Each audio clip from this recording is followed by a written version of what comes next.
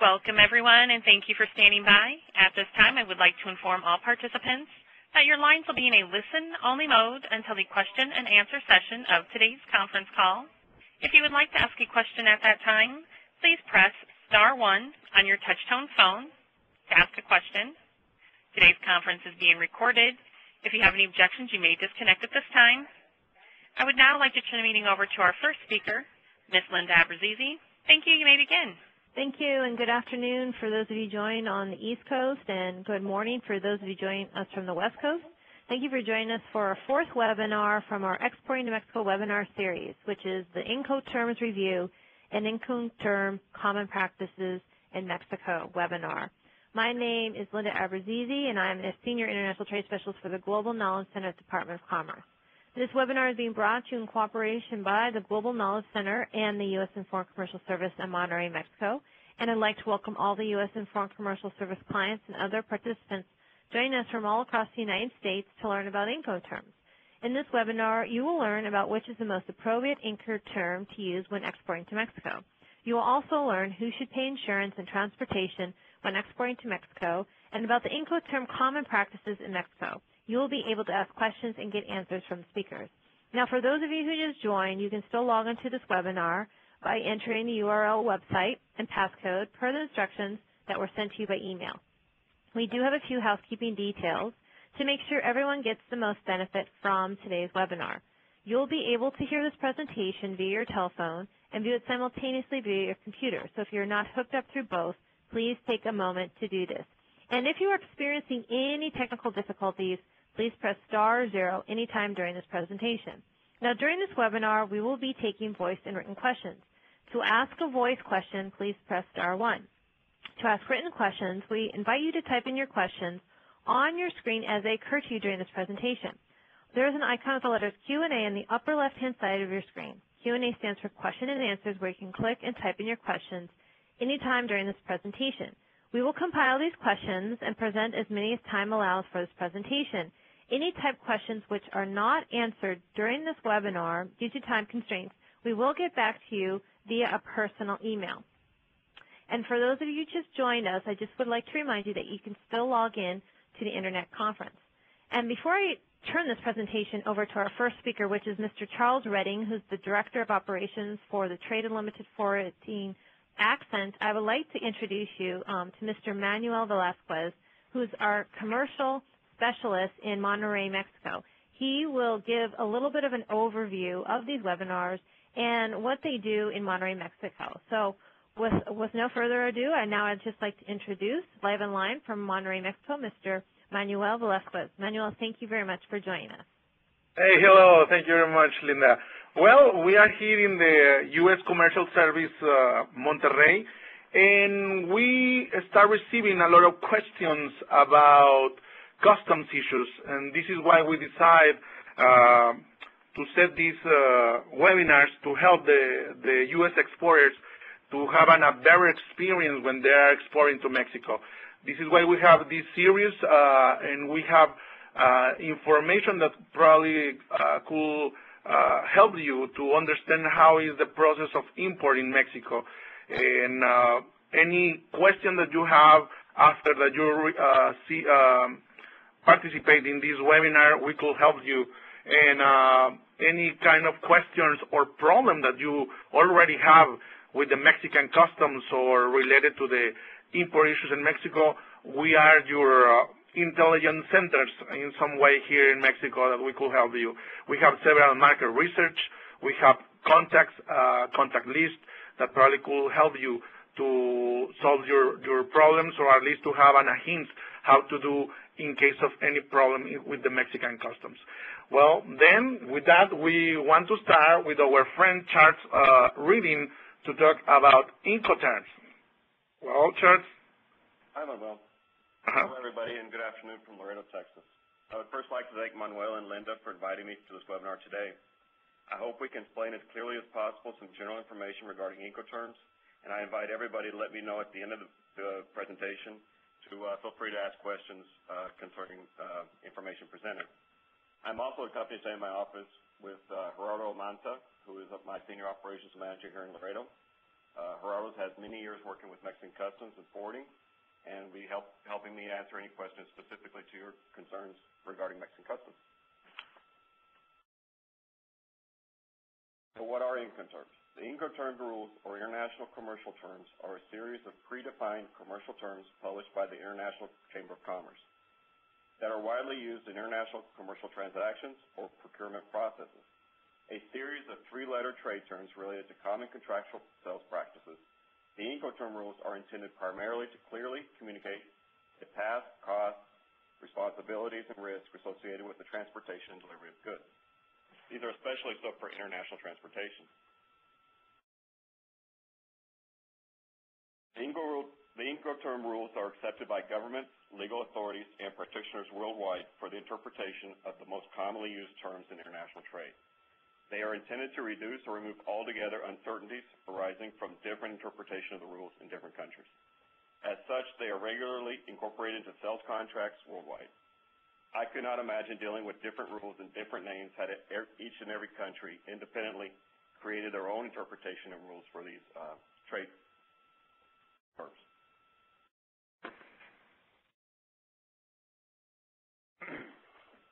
Despite the standardization of the ICC and the general use of these terms, it is very common for us to find errors and omissions when using them, hampering the flow of shipments and exchange of goods, not to mention potential fines that can be levied by government authorities when they are declared incorrectly, and the potential risk should something happen to the shipment. Just as you negotiate the price, payment method, payment terms, and other important contractual obligations when you make a sale, Incoterms must also be agreed to and documented, especially for international commerce, for the benefit of both the seller and the buyer. When these terms are not understood beforehand, potential delays, fees, demurrages, and other inefficiencies and costs could make your sale a complete loss. And perhaps a very unhappy customer who would not be willing to continue their business relationship with you and your company. For shipments entering Mexico, we as a customs broker must declare the correct Incoterm negotiated between the seller and the buyer. If we should declare an incorrect term, the fines and penalties are very high, since these terms affect the value of the goods to be imported and thus the duties and taxes that are charged by the government. If you're not sure about which term to use after the shipment has left your origin, then you know the sales contract was not complete when the sale was made. Before agreeing to selling anything overseas, always make sure you know the Incoterm and agree to this with your client. So here's a list of the most common Incoterms in use today. There are many, but I just wanted to list the most common, and they're grouped by E, F, C, and D. I'd like to explain each and every one individually to kind of give you an idea of what they mean. First, I just want to give you kind of an idea of what an international logistics supply chain looks like. This is just a sample. There are others that are even more complex or more difficult to map out. But in general, you have your manufacturer who makes the product, they package it, they load it. It has a primary transportation, which would be within the U.S. or the country of origin where it was made at. And then you get to customs for export. You have your outbound handling. Then you have the mode of getting it through customs into the foreign country. From there, then you have your inbound handling, your customs clearance in the country that you're shipping to, the final transportation to your destination, and then the unloading of the truck when it gets there. Trying to make it a little bit easier to see on a graph, I've kind of laid it out horizontally, the same information from the vendor to the buyer, and each step along the way. The first of the Incoterms is Group E. Group E, there's only one possibility there, and that's EXWORKS, EXW. This is where the seller agrees to provide the materials at the origin.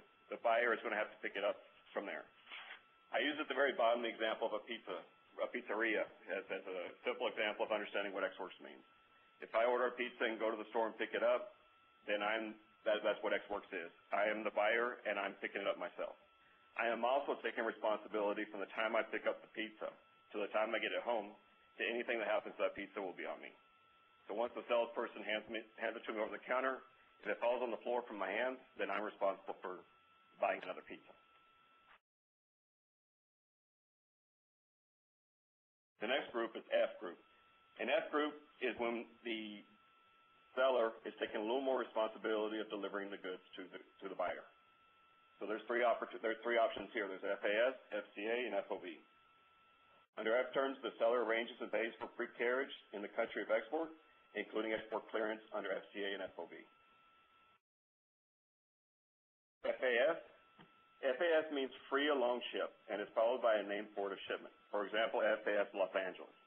FAS means the seller is responsible for the cost of transporting and delivering goods alongside a vessel in a port of his own country. As the buyer has responsibility for export clearance, it is not a practical Incoterm for U.S. exports. FAS should be used only for ocean shipments, since risk and responsibility shift from seller to buyer when the goods are placed within reach of the ship's crane. Once the crane attaches the shipment to the seller, it becomes the seller's responsibility for whatever happens to it after that. The next step is FCA. FCA means free carrier, and this is when the seller fulfills its obligations to deliver when it has handed over the goods, cleared for export, into the charge of the carrier, named by the buyer, at the named place. If no precise point is indicated by the buyer, the seller may choose within the place or range stipulation where the carrier shall take the goods into its charge. This is common for shipments arriving in Laredo, Texas for customs clearance. A seller may provide the freight till it gets to Laredo, and then from there, the seller fulfills his obligations once it's delivered to me, and then from me to the final destination in Mexico, that will become the buyer's responsibility, the importer of Mexico.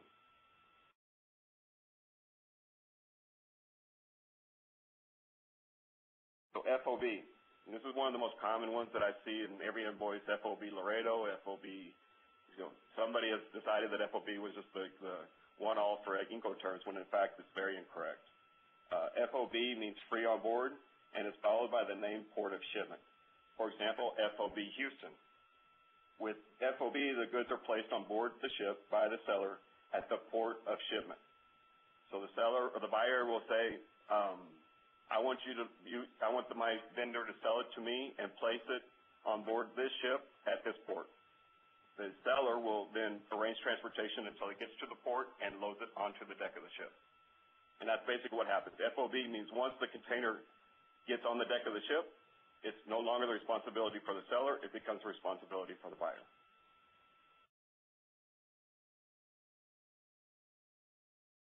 The next group, as you're looking along the list, as you can see on the list here, we started at the vendor, and each time we go to another Incoterm, we're getting closer and closer to the buyer, which is exactly what Incoterms are doing. Here, now it's on the ship with the FOB, and then once the ship leaves port, that's where the next Incoterms come into place, and the seller is taking on more responsibility and the buyer less.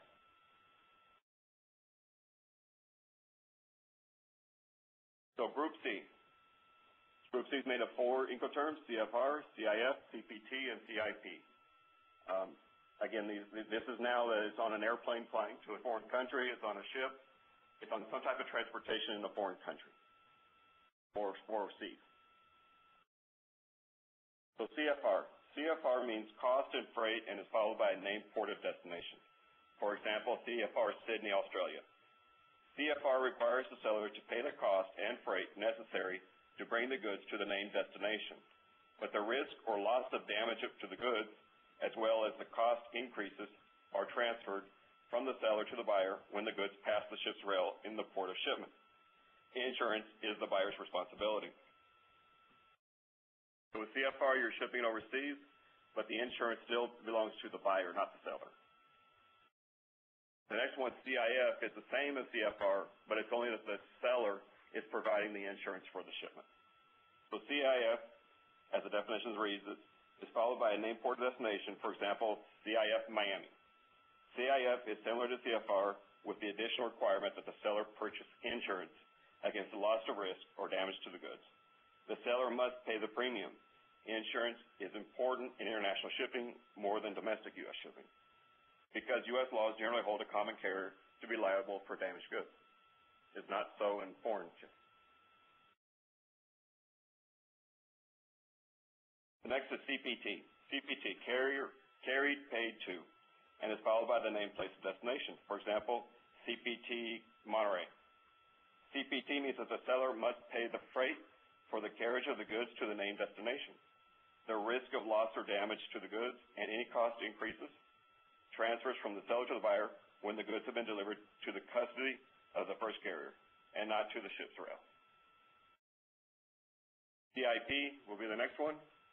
And CIP is the same as CPT, but it's just added. You're adding insurance into the mix with the CPT. The next group we're going to look at is Group D. And Group D, again, you're getting closer and closer, where the seller's responsibilities are the greatest and the buyers are the least.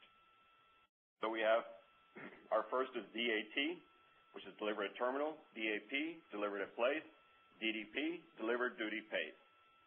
And these are very scary for sellers and very liked by buyers, by the way. So DAT. DAT named terminal at port destination. So when the seller delivers the goods, is considered delivering the goods once unloaded from the arriving means of transport, or placed at the disposal of the buyer at the named terminal, at the named port, or place of destination. Terminal includes a place, whether covered or not, such as a warehouse, container yard, road, whatever is at the port of terminals. So once the boat arrives, let's say at the port of Veracruz in Mexico, and it gets unloaded to the dock, once it gets unloaded off the ship and the costs associated with unloading that boat to the dock, those are what DAT means. You're providing the service of the transportation all the way from the origin until it's unloaded from the ship at the country of destination. DAP, another interesting one, it's delivered at place, means that the seller delivers when the goods are placed at the disposal of the buyer on their arriving means of transport, ready for unloading at the named place destination. The seller bears all risk involving bringing the goods to the named place. So it's similar to DAT, but DAP means you're getting it to wherever in the city or the warehouse that they're trying to get to within the country of origin. So it's been delivered to a terminal, someplace where the buyer will take control and ownership of the goods. And then there's DDP. And DDP is really one of the most, one of the ones that requires the most responsibility, the greatest responsibility and risk for a seller, and the least for a buyer. So DDP means delivered duty paid, and it's followed by a name, place of destination. For example, DDP Monterey. In case Manuel wants to buy something and have a DDP, that means it'll be delivered right to his office, everything paid for. He's not going to pay any of the freight directly, and he's going to have no responsibility. So if it gets lost, damaged, stolen, anything that happens to the transportation, the freight, and customs clearance from the origin to his place, if it happens, it's the seller's responsibility to fix. So here's kind of a small graph, and it just gives you kind of an idea of each of the points where there's a cost or there's a service or a part of the operation for international customs or international transportation shows who has it. Green meaning that yes, the seller will have it, and the red meaning no, the vendor would be the ones responsible. So I want to list some of the important errors and misuses we have with Incoterms. And it's pretty frequent that we receive shipments where the Incoterm doesn't match the information that we receive from the shipper or from the buyer. They may say X works, when in reality it's something completely different once we discover that the Incoterm was not quickly declared, which gives us a clue that the terms for selling the products was not clearly negotiated at the very beginning of the contract, which is something that would be concerning for a person selling or a buyer buying. So one of the items is your company must establish at least the following items to assure proper use of the Incoterms. One, that the products or goods in question, including model number, weight, description, match what you are shipping. Frequently here we'll say that the shipment has 10 widgets, it arrives here and there's 20, or it says 10 and there's 5. So it's very important that you're being very clear in your documents, especially for international freight, showing that the documentation matches exactly what's being shipped. 2, that the Incoterm is correct. And 3, that the place of delivery of goods, the word Incoterm, and the year of the edition of the Incoterms is stated. Failure to include any of the above mentioned elements, again, what you're shipping, what the Incoterm is, the place of delivery of the goods, the word Incoterm, and the year of the edition of the Incoterm are all required for it to be a valid document for us to present to customs. Failure to include any of these elements above will create confusion. And the simple fact of creating confusion means that there will be delays, time spent trying to understand and clear those up. Another common error and a recurring mistake is to use Incoterms as if they were indistinct. Some Incoterms are, for instance, specifically designed for maritime transportation, by land or by air. One of the most common I mentioned earlier was FOB Laredo. FOB, as we discussed earlier, is to get on board a ship. Even though here about a mile from my office there's a river, there is no barge traffic or inland waterway traffic for international shipping here in Laredo, Texas. So when we receive documents or an invoice where it's stated FOB Laredo, we already know that that's an incorrect Incoterm and one that I cannot present to Customs, since Customs will fine the broker for presenting inaccurate information. Each Incoterm has its own terms, conditions, and effects. The use given to the Incoterm must be consistent with the actual transaction and the party's intent. The next error, oftentimes the parties establish various exceptions or additions to the rules that are already established in the Incoterm. So let's say, for example, we've already agreed to DDP terms, but then we begin making changes. Well, I'm not going to pay duties, the importer is going to pay the duties. Or I'm not going to pay the transportation, the importer is going to pay that part of the transportation. So we've already pre-agreed to DDP terms, but then in the contract, we've made changes to that. But for some reason or other, because maybe they're using an invoice template or they have a system to create their invoices, they keep the same Incoterm as DDP, when in fact the conditions that were presented for that particular shipment changed from what was pre-agreed to, and that Incoterm has to be updated. Just because the invoice says DDP doesn't necessarily mean that we will believe that it's DDP. We have to validate and make sure that the correct Incoterm is always being presented.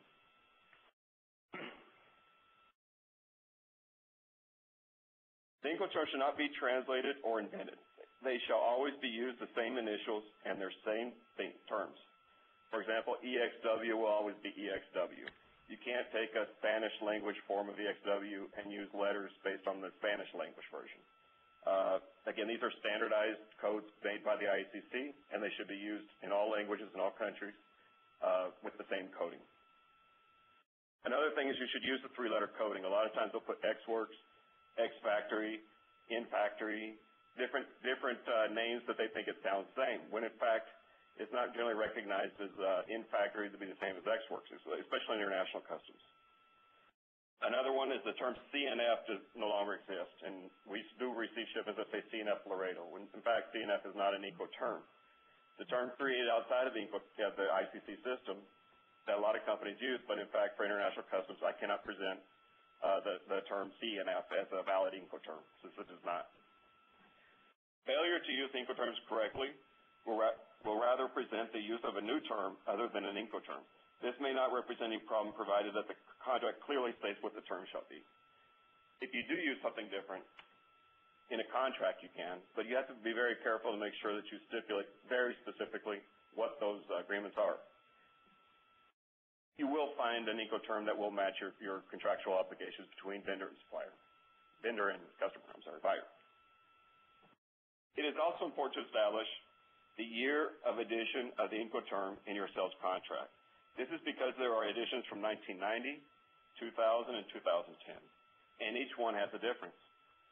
It is also common, especially in transactions with U.S. companies, to use the term RASTD, which is Revised American Foreign Trade Definitions. The use of these terms is not recommended for international transactions because they were created for trade within the U.S., and they are no longer in effect. It is best to use the Incoterm edition from 2010. However, as I'll mention here below, this depends on the nature of the transaction. The ICC provides a manual for use of Incoterms, and I would recommend everybody to purchase a copy and use it as a reference guide for when they're determining the right codes based on what was negotiated with their customer. The book will explain what each Incoterm means, and you can use this to negotiate with your buyer. For me, the Incoterms could be something similar to like an auction, where the vendor will obviously want X-Works since he basically will wash his hands once the goods leave his facility, and the buyer will want DDP so that he won't have to pay for and take the risks of all the transportation and freight costs to get it to his destination. As a general recommendation from us, Usually it's best for one, as a U.S. company, for example, to be willing to participate in so much that he doesn't have direct dealings with the foreign government when he doesn't have representation in that foreign government. So if a customer were to ask me to do DDP, and I'm a U.S. company in Mexico, I'd be willing to do the freight portion of it if there's a cost justification for that, and some other portions, but the duties and taxes to be paid, those I would prefer to stay in the hands of the importer, since he has the most responsibility for what those will be and the implications for his tax declarations each year. I suggest you conduct a comprehensive review of the shipping and invoice forms used, including all terms and conditions, in order to avoid the misuse of Incoterms and prevent unnecessary conflicts. So I'll ask Linda and the group if there are any current questions about the Incoterms and what we've presented so far.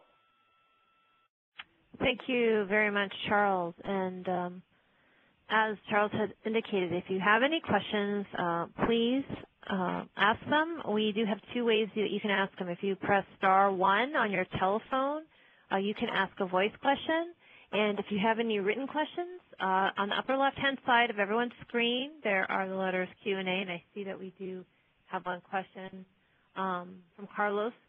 So please take advantage of this time. We have Charles on the line, and we also have Manuel Velasquez. So please take this opportunity to ask your questions because we are doing this live, and they have the rest of the hour to answer them. So I'll start off with, of course, voice questions.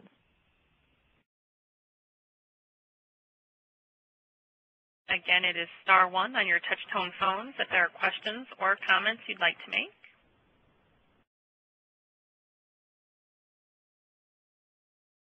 And I'm currently showing no questions from the phone lines. Okay, that's okay. We'll continue on with the written questions. I have a question here from Carlos Medina. The question is what would have the minimum risk for the seller, EXW or FCA? Reason being, EXWorks assumes the buyer is responsible for EEI filing, export license, and buyer loads cargo at seller's dock. Well, EXWorks is the one with the least risk for a seller because EXWorks means once it leaves my facility, I have it here. This is the example of the pizza. If it's EXWorks, once that pizza is picked up even inside the facility by the buyer, it's his responsibility. So if I go to the store, if I go to the restaurant and buy the pizza, and if I pay for the pizza, walk 2 steps, and it falls on the floor, I'll probably have to buy another pizza because at that point it's understood that I've taken ownership and it's my responsibility. FCA, I'm providing as a vendor, that's very similar to the pizza delivery guy. Now the pizza shop is saying, I will deliver it to this place, not internationally, but to a place outside of my facility. Should something happen along the way, if there's an accident or damages, the cost, of course, of delivering it will then be on the seller's end. So as you get to FCA and as further away from EXW, again, the vendor, the person who's making and selling the product, is the one who's going to have more and more risk. So, but there are business cases for either one. Some companies will say, I'll only do EXWorks. Some companies will provide freight to a destination without, it's just part of their business case that they see that, I don't understand why pizza sometimes costs the same if I pick it up in the store versus if it's delivered to my home. But again, there's a cost scenario in there for a company to make a decision to deliver something, whether there be a charge or not be a charge for that delivery. But whenever there's transportation, there's always risk because goods can get damaged, goods can get misplaced, goods can get stolen, goods could be misdelivered. So there's always a risk in transportation of something like that happening. And if the Incoterms state that the seller has a responsibility, if something happens, it'll be the seller's responsibility to fix the error. And then again, if the Incoterm is EXWorks, it'll be 100% the buyer's responsibility. So if he arranges somebody to come here and pick up the good, and something happens to that, then the buyer is the one who's going to have to fix the situation. Thank you very much, Charles. We'll go to our next written question. Can you specify the terms to be EXWorks at a freight forwarder? Can I specify the terms to be EXWorks at a freight forwarder? Yes. So if I have inventory here in my warehouse and it's sold from this facility, where I am, for example, right now in Laredo, Texas, we're a freight forwarder. It would be EXWorks if my customer, as I control the inventory here for a customer, once it leaves here, then it would be the buyer coming to pick up the inventory for transportation overseas. Okay, so it is possible to have exports from a freight forwarder. Yes. Okay, great. Thank you. Once again, I'll add a little bit more. In one of our facilities, and we have over 300,000 square feet of space here in Laredo, Texas, we manage quite a lot of inventory for manufacturers who deliver goods here. They're here in place for sale from not from us, but from the customer. If they make a sale and it is the customer they're selling to's wish to come pick it up, then it would be an export situation. Domestically, it's not really something that's normal for Incoterms in that sense, but if it's going to Canada, for example, it would be exports leaving here. Now, if it's just shipped to me from Mexico, it arrives here, and then it'll continue on to a destination in the U.S. or Canada, then exports would not work for me since I'm just a terminal. I'm not really a warehouse for distribution or a distribution center for these goods. Just depends on how I'm acting for the supplier. Oh, I hear what you're saying. Exactly. Okay. Great. Thank you. Once again, if you have a voice question, press *1. If you have a written question, please note it on the Q&A tab that's on your upper left-hand side of your screen. And this is great. We got another question here. So the next question is, can we get a copy of the slides from this presentation from A. Weathers? Yes, we can. We can send it to you. I have your email addresses if you've registered for this. Yes, if you haven't, you can always email me at linda.abruzzese@trade.gov. That's ABBRUZZESE at trade.gov. Also, Manuel's contact information is noted there, so you can also present your email address and we'll get you a copy. I have a question, and this is something that I kind of learned about Incoterms. Every so often they get renewed or they get revised. So this Incoterms that you're discussing today, how long is this good for, and when will the next revision occur? I'm not sure when the next one will come up, but it's it seems to be about once every 10 years or so that the International Chamber of Commerce, if international conditions change, if shipping conditions change and it creates a need to have a new code, then they'll do that. And that's what's happened over the past several years. 1990, there was a list that were valid. In 1990, they're no longer today. The same in 2000, and then again 2010. I would assume if international freight conditions, some things change, we could see a new publication in 2020. Oh, okay, great. And then another question I have is you mentioned there's a booklet for sale now. Do you sell these booklets by yourself, or is there another way people can get the Incoterms for free? And I just want to go over that, for example. Yeah, actually, I don't sell the materials here, but if you go to the International Chamber of Commerce's website, you can look it up in your internet browser. And they provide lots of different types of materials. There's several different books actually regarding Incoterms. This is one of the things that they control and they own and they provide to the customers. And you can get specific books to look at specific situations. Incoterms is more, and I think a lot of people confuse this. Incoterms is more about how to you need to know them in order to negotiate the sale, not necessarily to arrange the details with the freight. You would be surprised by shipments that arrive here that there's no Incoterm declared, and we're talking to the seller or we're talking to the importer of Mexico, and they don't even know what it is. And it's amazing that how some people can just not take into account that part of their sales contract because it's such an expensive sometimes and important part of the process of getting the product from point A to point B, especially internationally. Okay. And it's really something that should come from the very beginning. Once the sales contract is created, a clear understanding of who's going to be responsible for the freight should be also discussed. It'd be like selling a product without telling somebody what the value or the price of the product is and shipping it, and then giving the price after the fact. So it's very important that these things be negotiated well. And as I mentioned earlier in the presentation, and it's something that is quite common, is we see that people are using templates for their invoices. So they just plug in whatever the Incoterm was for one sale, and then everything after that comes with the exact same Incoterm. You can have a different Incoterm for every different shipment based on what that specific sale requires.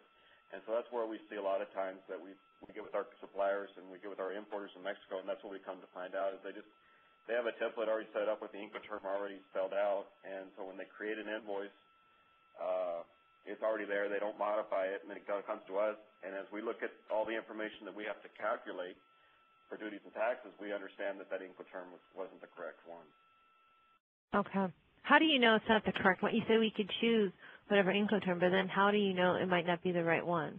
Okay, let's say it's ExWorks and the vendor displays a freight amount on the invoice. So if it's ExWorks and the vendor is charging for the freight, then the Incoterm is obviously a mistake because there's no way it could be ExWorks and the vendor also charging for the freight. Okay. Thank you. I have a question for that to take advantage that Charles has a lot of experience working with Mexican and U.S. exporters. For example, I noticed you say something very interesting, like some people doesn't have a clue what is an Incoterm, and there's always put, or the only one that they know is FOB Laredo. How do you handle that? Is part of the work of the custom broker to teach them, or how they can learn about that?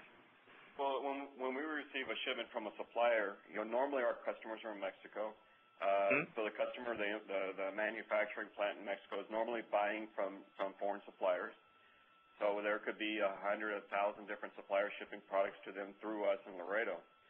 So one of the things we have to have, and there's no exception to that, is we have to have a commercial invoice in order to clear the goods into Mexico.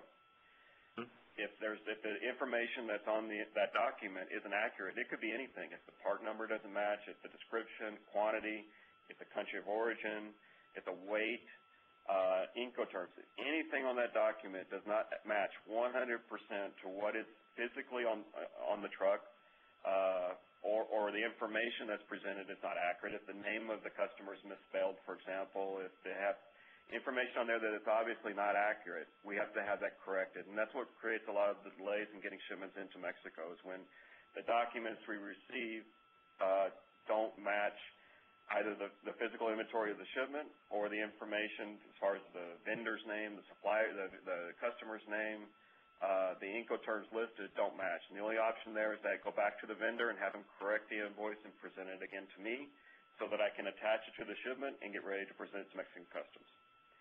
The fine for Mexican Customs for something to be wrong, to give you an idea, is anywhere from about $1,500 to $2,500 per instance. So if I were and I'm responsible for that as a customs broker. So if I am not careful and just take whatever Incoterms on there and send it to Customs, and Customs is going to do the same thing. They're going to look at the invoice and go, well, the Incoterms is ExWorks, but the vendor's invoice has a charge for freight.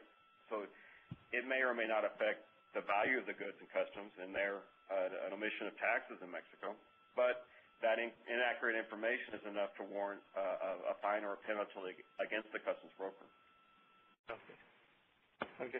And why is so common to see this FOB Laredo? What do you think the people just put FOB Laredo when I, receive requests and sometimes they put me this kind of Incoterms in the request? I always see that they put FOB Laredo, even big companies. I don't know why they have this misunderstanding of the terms. Well, what happened here is, since they're probably dating terms back to the 90s when perhaps FOB Laredo was a valid Incoterm. Okay. It just, and then there was an update in 2000. They updated in 2010.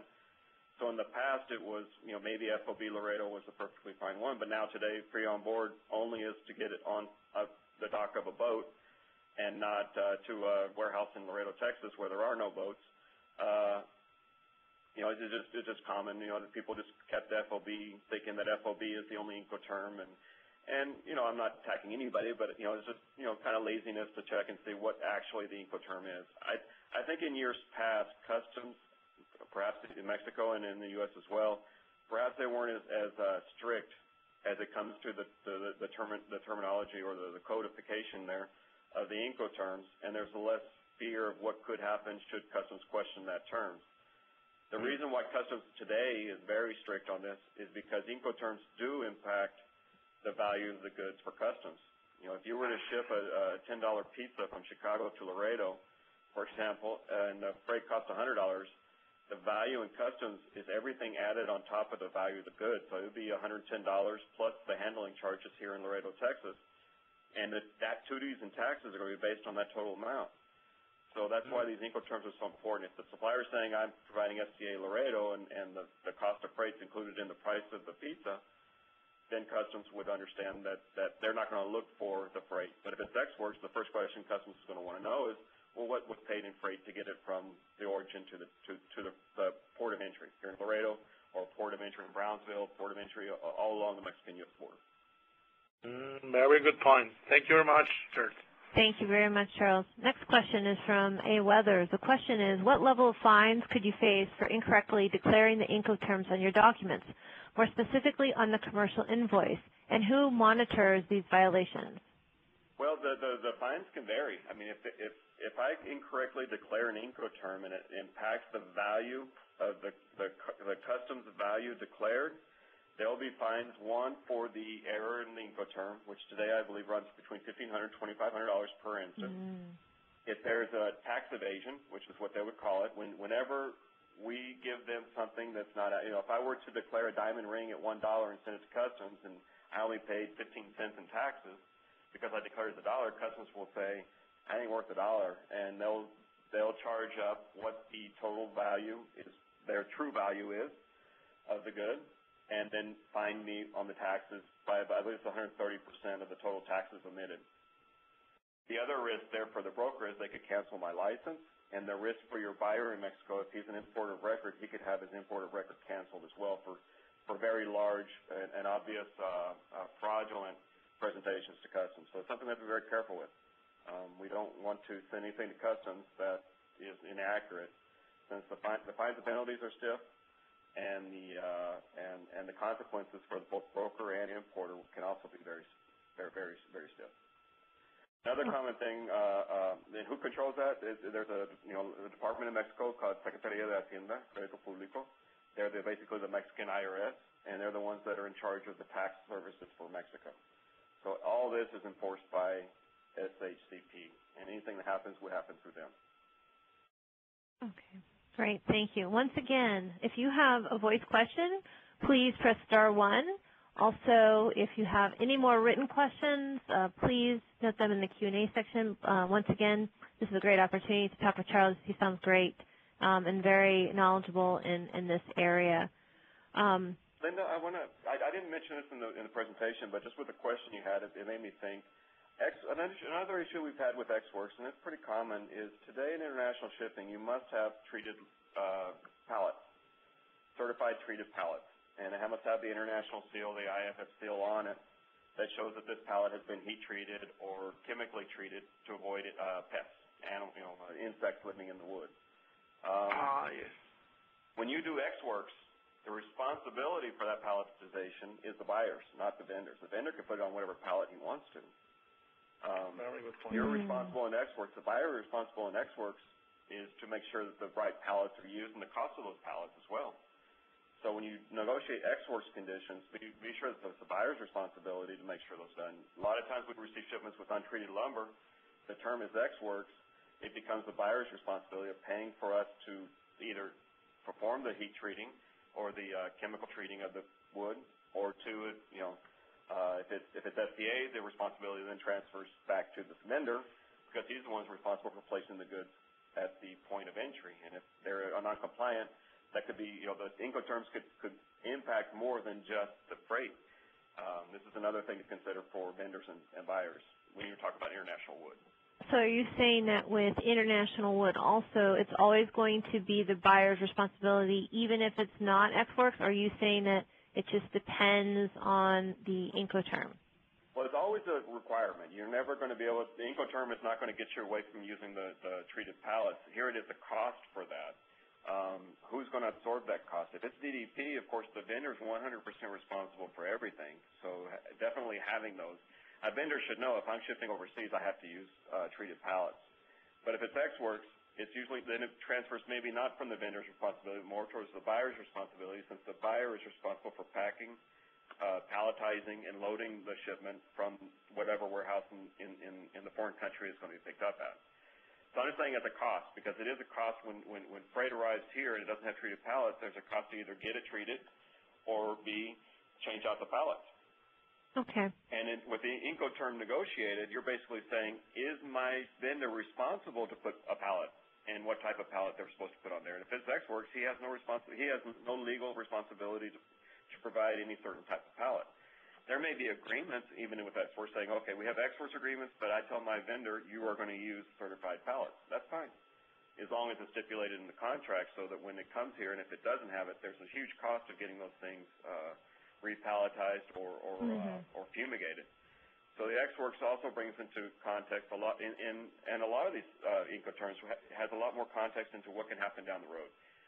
DDP, for example, DDP is where the vendor, the supplier in the foreign country, is going to make all the arrangements to get it all the way to the customer in Mexico. And that means paying duties and taxes as well, because that's what it says, delivered, duty paid. If a vendor is not careful and doesn't understand clearly what those implications are for him, if he doesn't have the right pallets, if he doesn't have the right, if he's not prepared for the total amount of duties and taxes we paid, he can get burnt pretty easily.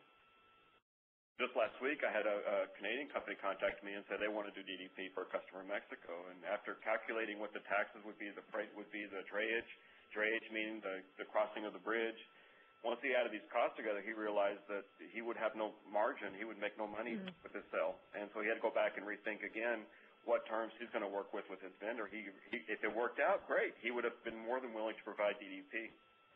What I see in Mexico happening more and more frequently is Mexican manufacturers in particular are saying they want DDP. All buyers want to have as close to them the product so they don't have to pay so much for the transportation costs. Right. So a lot of the manufacturers in Mexico in particular are asking their vendors, open up a shop next door to me or down the road from me so I don't have to worry about all these added expenses in getting the product to my plant.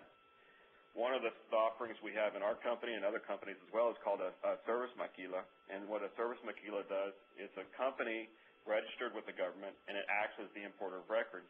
And basically will allow, because of the duties and taxes situation, will allow a foreign supplier to place goods in Mexico, clear customs, have it available at the warehouse for the plant, and then the plant could order from there. So the transportation cost for that type of DDP situation, well, it's not DDP.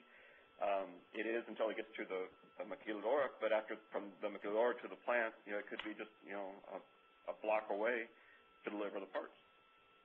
So there are different strategies involved in how you want to manage with the customer and a vendor relationship the taxes and duties in particular, since those are important to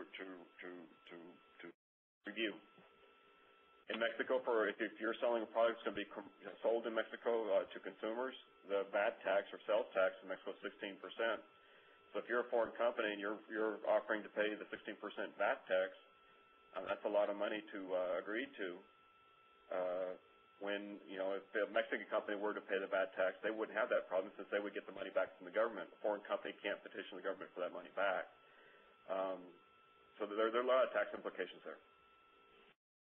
Great. Thank you very much, Charles. And I know that there's no more questions, and I'm just going to add one last question. My question is, this is kind of a piggyback question to Manuel, but what is the difference between trade and dealing with Incoterms in Mexico compared to like other areas in the world? Like, what makes Mexico so unique? What should our viewers know about Incoterms is dealing with Mexico? Should we always have maybe more communication with customs as the appropriate Incoterms is Mexico? Customs offer that more flexibility and communication advice? Are they more understanding, or what in your experience or what have you heard makes Mexico? What should our viewers know about the process with these Incoterms as they export goods into Mexico? I think the only one that as a foreign company providing goods in Mexico, they should consider, talking about DDP, I think that Incoterm in particular is the one they would have to pay the most attention to detail in. Mexico has good road infrastructure, has good safe highways that are not as great a concern as far as transportation. If I'm a U.S. company and I'm being asked to pay for the transportation from Nuevo Laredo, the other side of the bridge, all the way to Mexico City, I mean, those things are not really that much of a concern. The only concern being that if you don't have representation from anybody in Mexico and something should happen, you're going to depend a lot on the transportation company to help you with whatever needs to be done. DDP, I think, being one of the more something you'd have to focus on in Mexico because of the fact that if you're offering to pay duties and taxes in Mexico, they can sometimes be higher than in other countries, and sometimes they're not, and it's just something you definitely have to analyze. In Mexico, importers are all registered. There's no non-resident importer like you have in Canada, and I think in the U.S. Forwarder can act as the importer of record for shipments. Mexico is a specific importer. So when thinking about Mexico, realize that if you agree to provide the services for the brokerage side of the business going into Mexico, you're going to have to understand that if you don't have a sister company or a representative for your company in Mexico and there's an issue, a tax issue, how are you going to respond to that from a foreign country? And that's really, I think, the key there. You cannot act in Mexico as a foreign entity. You cannot act in Mexico as an importer of record. So there are options, but it's just really important to sit down and look at what are the best options for you. Well, thank you very much, Charles. And everyone, I'm afraid that is really, we're getting close to the hour to conclude this webinar, and I don't have any more questions. But remember, for those of you who might have questions later, you can still enter them into that Q&A tab. We'll have this screen and this presentation up for a little bit afterwards. And, please type in your questions or any questions that occur to you after this webinar. Also, please note the contact information on your screen. Charles Redding, he's the Director of Operations at Accent, and also Manuel Velasquez email address. So manuel.velasquez@trade.gov. Please contact him and email him with any questions you have or any questions you also have for Charles. Also, please check out our website at www.export.gov for more information on our webinar series, Exporting to Mexico webinar series, as well as other events that we have. We have trade missions, we have international buyer programs, and we also have more information on Mexico and NAFTA. So I'd like to thank everybody for joining us. Also, a special thank you to our main speaker, Charles Redding, and also for Manuel Velasquez for his part in this presentation. And also, I'd like to thank all of our participants for joining us today. And please check your email boxes for more information on upcoming webinars. Thank you, everybody, and goodbye. We thank you all for your participation in today's conference. That will conclude the call. You may now disconnect. Thank you.